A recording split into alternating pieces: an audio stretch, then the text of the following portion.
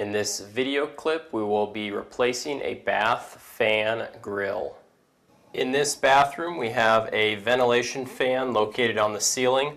Now there's an old 1980s yellow colored grill covering this fan.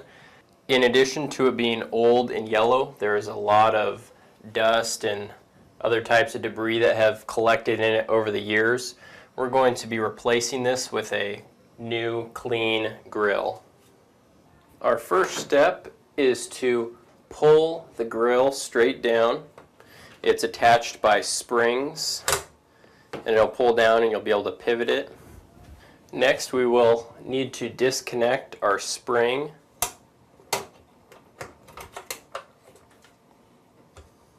There's a spring on both sides, so make sure you take both of those off.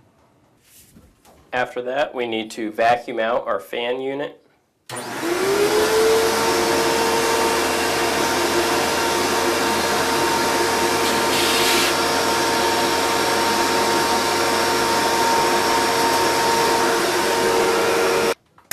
After that, we can put our new grill in place and push it straight up. That one looks much better than the old one, and it should function a lot better because we did vacuum that out as well.